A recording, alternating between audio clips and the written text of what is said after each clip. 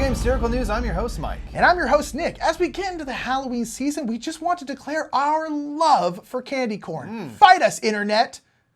All right, let's get to the news.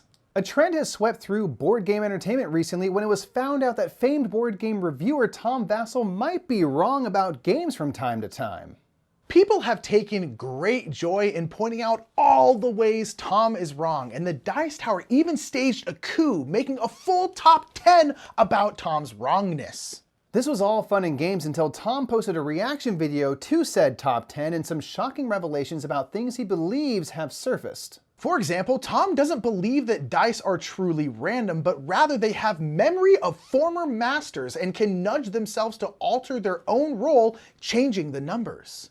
Tom likes to put all games on shelves covers back because he's fearful that the people drawn on covers are watching him. To be fair, this one is. Tom said his favorite game is Cosmic Encounter because it reminds him of his own Cosmic Encounter, when he and Stefan Feld were swept up by aliens and taken to a Grateful Dead concert on Neptune's moon Triton. He also states that he can only see in tie-dye now. Tom claims to have eaten 4 separate copies of New York Slice, mistaking it for very thin crust pizza. I don't know if he's right or wrong there. Tom has tried to stack his children several times in an attempt to understand the game Castel better. Tom claims to have beaten the computer at chess. Tom is afraid to play Flatline because he's afraid it will give him a heart attack. Conversely, Tom has always loved playing Operation because it gives him the thrill of being absolutely wide awake during major surgery. There are many more revelations too incendiary to mention here, but be sure to ask Tom about his Cosmic Encounter.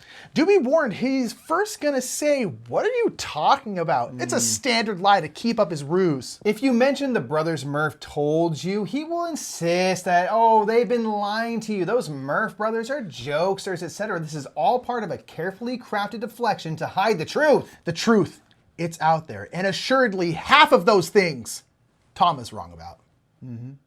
It's time for some game announcement news, and first we have a trio of roll and write dice versions of popular games, so it's time for some quick takes.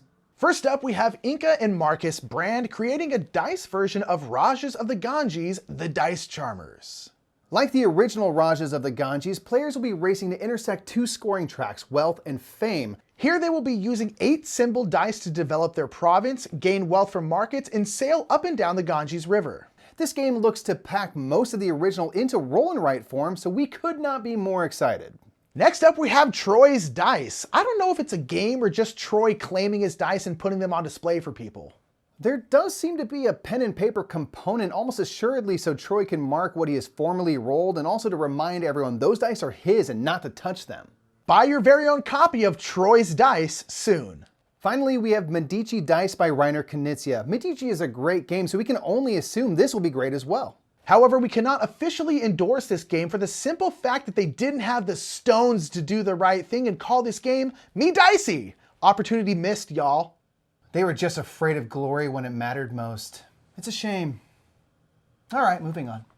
More game announcement news. Stefan Feld is back at it again with a Q4 release from Pegasus Spiel, Bonfire. Wait. That can't be right. That has a highly thematic cover and Bonfire seems to promise action and intrigue. Is this supposed to be Stefan Feld? Yeah, that's what it looks like. Maybe he's changed his ways and is throwing his hat into the amerithrash realm. I guess it's time for a game of Eurothrash, where we try to see if something is a Euro game or amerithrash. Here's the synopsis from Dice Tower News. In Bonfire, 1 to 4 players each take on the role of a group of gnomes from the forest trying to relight the great bonfires of the city by completing tasks for the Guardians of the Light. Bonfires, amerithrash. Completing tasks, very, very Euro. Gnomes. Gnomes are a mystery. This game consists of the large city and Super Euro. a series of islands to the side. Feeling a little thrashy. Islands either contain a number of randomized tasks to complete for the Guardians or the Guardians themselves. Task islands? That's more Euro than I even thought possible.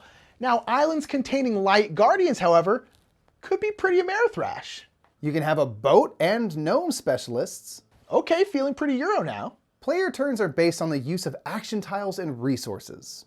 All right, this is painting a picture now. There are fate tiles that dictate your actions, and if your fate tile placement creates adjacency with same colored squares, you also get bonus action tiles. And now we're back to fully Feldian territory. Final Judgment, pretty dang Euro-y. Also, this game sounds amazing.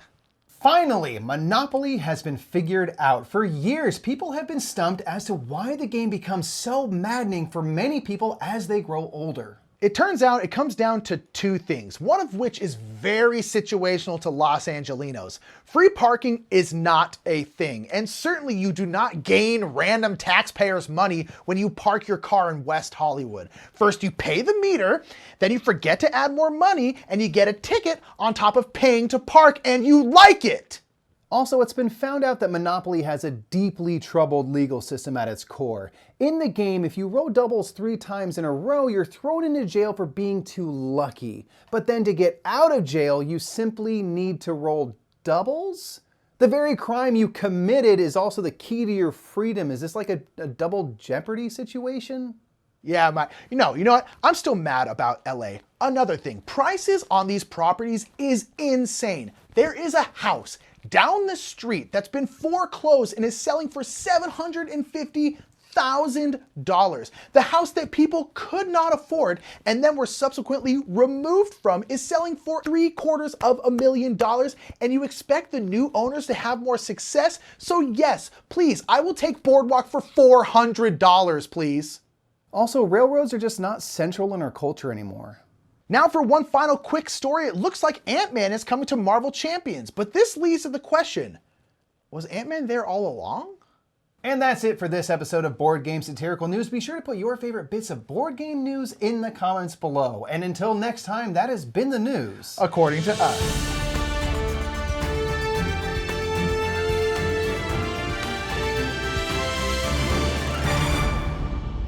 Tom claims to have eaten 4 separate copies of New York Slice, mistaking it for very thin crust pizza.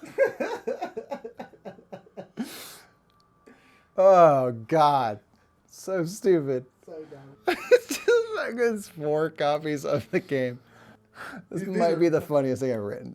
This bit. Conversely, Tom has always loved playing Operation because it gives him the thrill of being absolutely wide awake during major surgery. I was wondering if you were going to get through that one. Because that would kill me. Why would you major?